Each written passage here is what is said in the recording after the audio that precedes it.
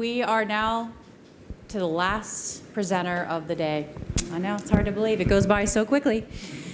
Okay, so our last one is Wayne Dudding, and his company is One Less Gold Star. My name is Wayne Dudding. I'm the CEO of OLGS, which stands for One Less Gold Star. We're developing an automated tourniquet system. A tourniquet, of course, is a device used to prevent somebody from bleeding to death due to extremity trauma.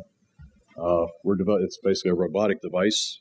Its key features are that it's intuitive, so it requires very little training and practice to be able to use. It's more efficient, so even for people that know how to use tourniquets, it's a lot faster. The technical term they say is it reduces someone's cognitive burden, right? So it's like one less thing you have to worry about in a trauma situation. And if you ever had to put a tourniquet on yourself, it's a lot better chance of you being successful with this device than applying a manual. And, a good way to think of this is something that's analogous to an AED. If you're familiar with automatic external defibrillator, same notion, it's easy to use. A layperson can figure out how to do it. Where did this come about?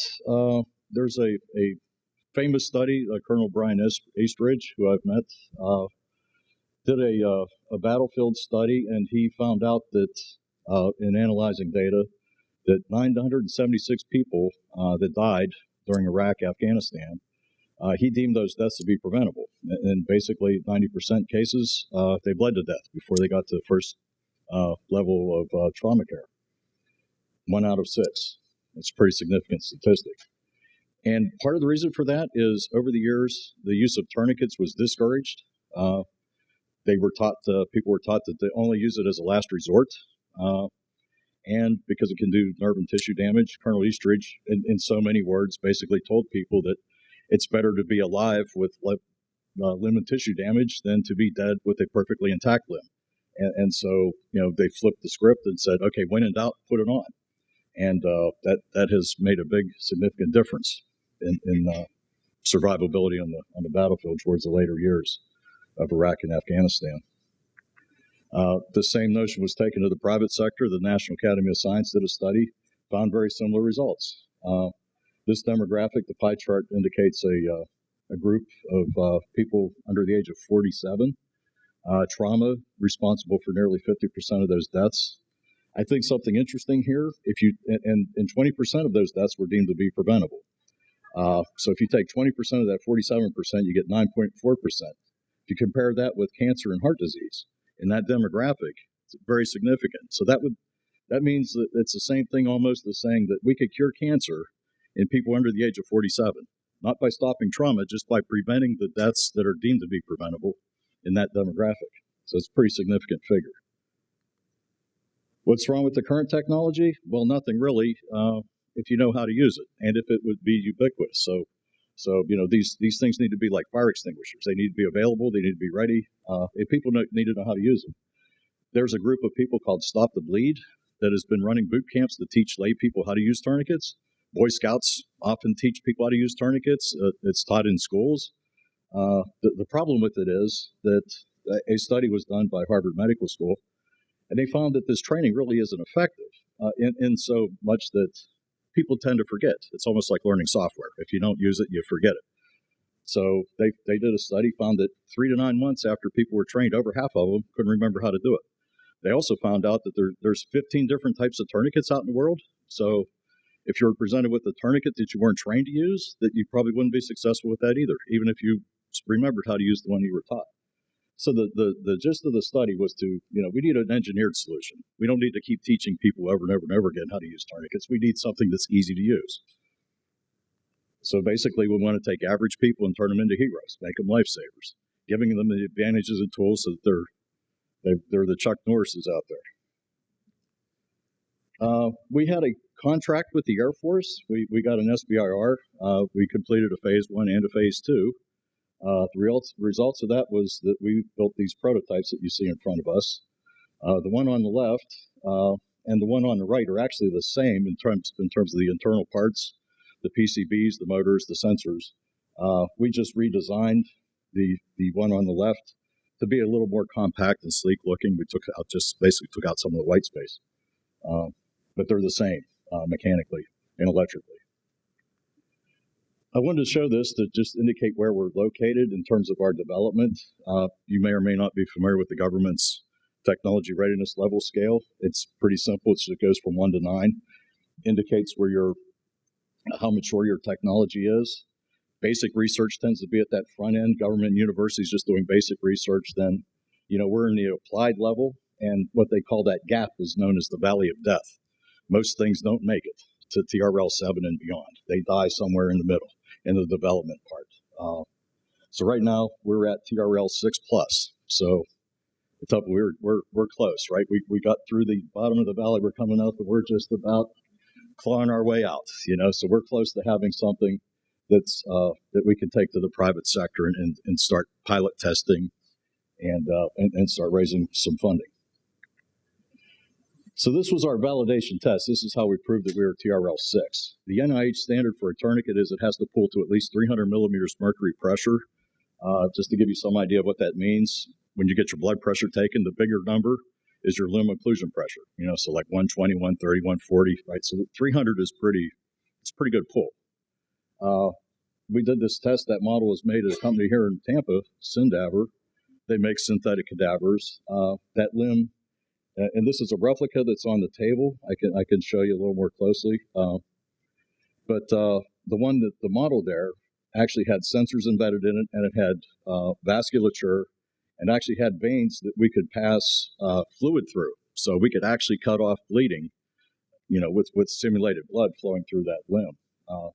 So this is as close as we can come to doing testing, other than taking a person and cutting their leg off and putting a tourniquet on. This is a very valid test. We were able to show that we got readings on a device similar to the one on the left here. That were over 800 millimeters mercury pressure, so it's got plenty of horsepower.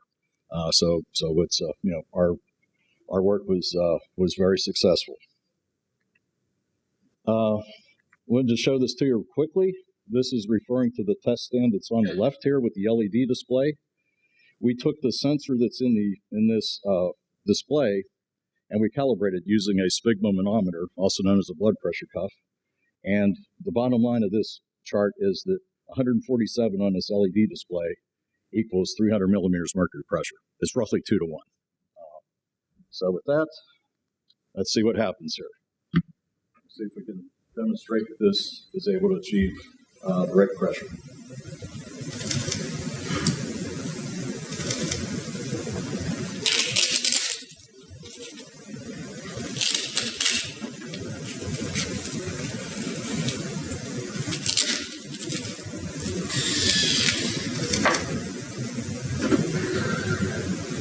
That's where we're at here. Okay, I could have done that better, but I'm still getting 183, 187. Let's call it 185, which would put us at 370. So there it is. So we're over 300.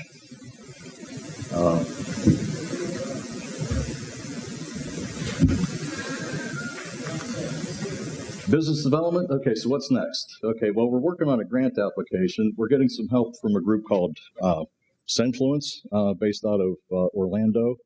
And we're also, thanks to Veterans Florida, we've been members of Embark Collective for over a year here in Tampa.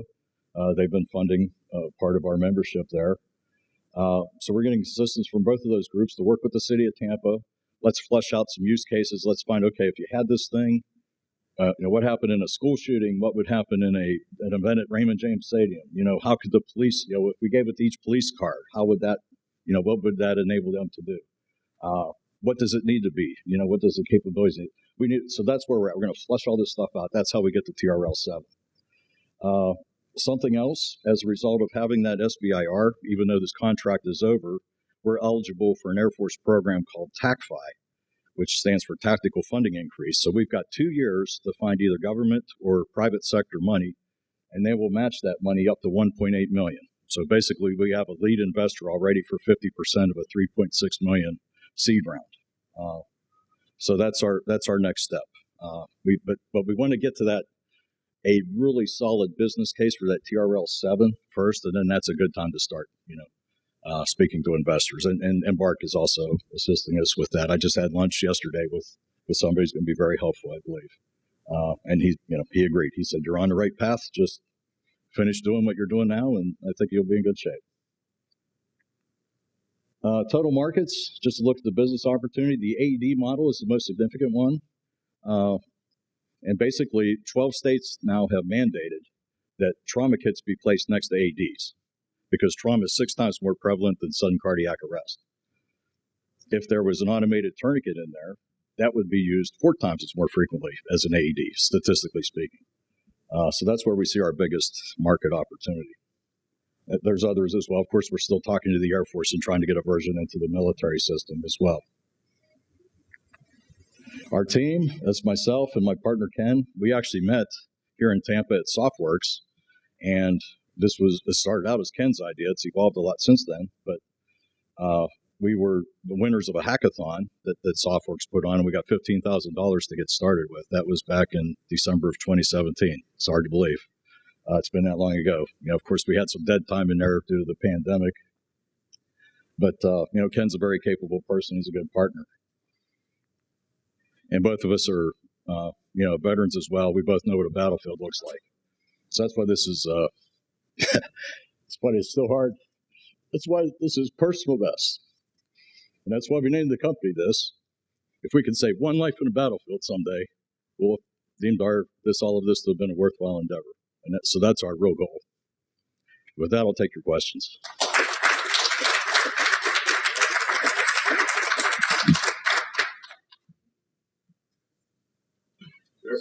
Is it patented? Yes, preventable. And we have the IP.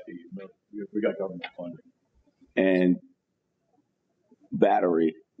How you charge it? Recharge it? Well, there's several. This battery is just a rechargeable. We're using a drone battery for now, but we've looked into batteries. There's flexible batteries. We've partnered with Aero Electronics. and said we've got batteries that last 6-7 years. So right now, something else I failed to point out too. This operates in, this is a dynamic tourniquet. So if this number would drop below 147, it would activate again. So it's going to maintain that pressure. That's good. In addition to just hitting it the first time. I think another point that you may need to add, Colonel, to your business case is the reduction in PTSD for the provider. Oh yeah. Right. Yeah. We're not standing there holding things and yeah. Well, that's something I heard firsthand from somebody who was a double amputee, was that, he was basically able to function a little bit anyway and have some awareness. As soon as they put the tourniquets on him, the pain was so intense, he just wanted morphine. It's like, just give me something. I mean, like the pain is unbearable. So when you talk about these, like say 12, 14-year-old kids learning how to use a tourniquet, it's one thing in a classroom or on a mannequin, but doing it for real, when somebody's, blood's gushing and they're screaming to death, they're begging you to stop turning the windlass on the tourniquet because it hurts so bad, right? So yeah. Or yourself. Imagine if the first time you're putting a tourniquet on somebody is yourself, that's, yeah. So you're on the right track. I agree. Yeah. 2 questions. One is, I guess, how much longer do you need until you can actually commercialize this, right? I was trying to better understand what you were saying, where you're at right now with putting it together and being able to just start selling it. Right. So where are you at in that process? Yeah, so the TRL-7 would be, having something that demonstrates capability in the field, running some pilot tests. And of course, this all depends on that use case, right? So the easiest use case, frankly, is that AED model. If we get into some more sophisticated hospital versions with extra sensors and capabilities, then that's going to be a little longer. TR-8 would be the FDA. Depending upon the use case, it's either a class 1 or a class 2. Most of the time it's class 1. All tourniquets right now are class 1 devices. It's a very mature technology.